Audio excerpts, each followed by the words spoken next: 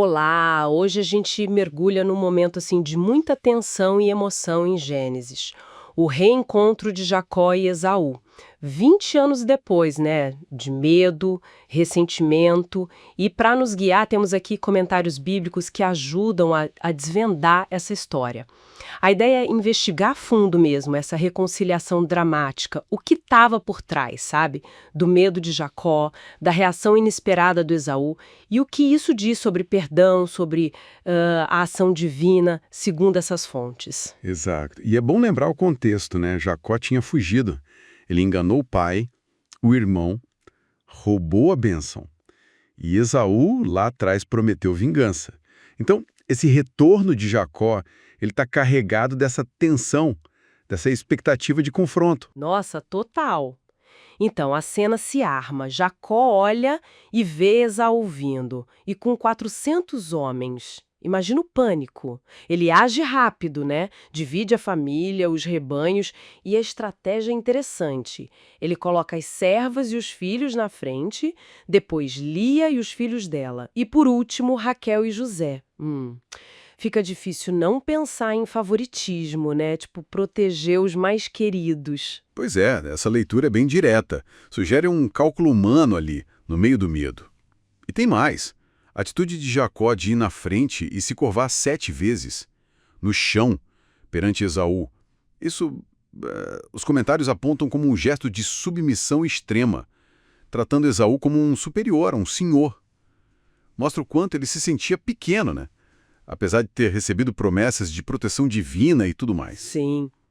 Mas aí, a reviravolta, que ninguém esperava.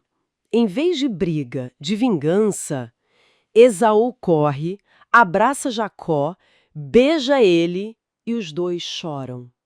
Uau! A tensão toda parece evaporar ali. É um momento muito poderoso.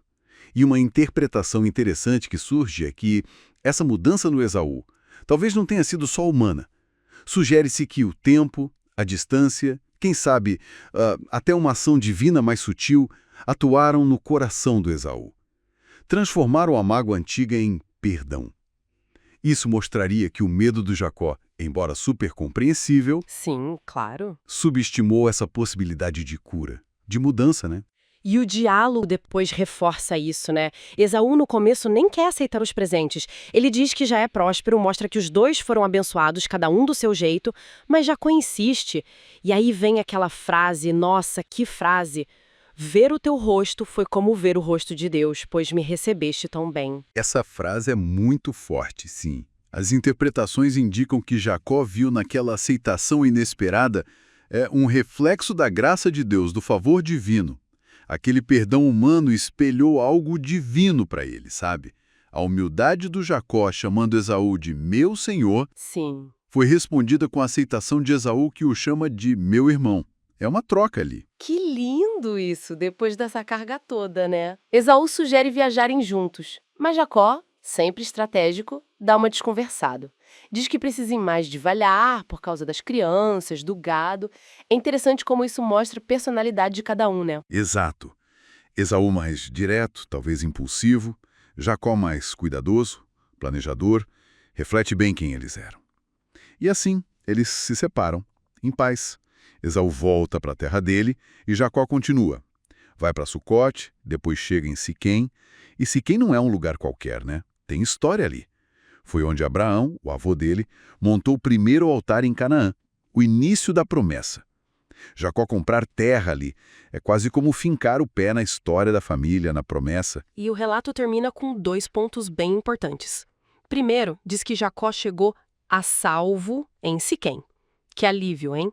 E segundo, ele constrói um altar lá e chama de El Elohe Israel. Isso, que significa Deus, o Deus de Israel. Poderoso. Esse altar é tipo a conclusão da jornada de Jacó, o reconhecimento público dele. Apesar dos meus erros, dos meus medos, das minhas manipulações, Deus foi fiel. Me trouxe de volta seguro, como prometeu. E isso conecta com a ideia de que a humildade, como a que Jacó mostrou ali, mesmo que vinda do medo... Sim, mesmo que tenha começado pelo medo. Exato. Ela abre caminho para aceitação, para o cumprimento das promessas. Então, resumindo a ópera, uma história que começa com um medo gigante, vira uma reconciliação que ninguém esperava, mostra a humildade do Jacó, o perdão do Esaú e termina com Jacó reconhecendo: Deus foi fiel. Exatamente. E isso deixa a gente com uma pergunta para pensar, né? Inspirada nessas leituras. Se para o Jacó ver o perdão no rosto do irmão foi como vislumbrar o rosto de Deus, será que as nossas experiências de perdão, de reconciliação no dia a dia, também podem nos revelar algo sobre a graça? Sobre o divino? Onde mais a gente pode ver esses ecos do sagrado nas nossas relações humanas? Fica aí a reflexão.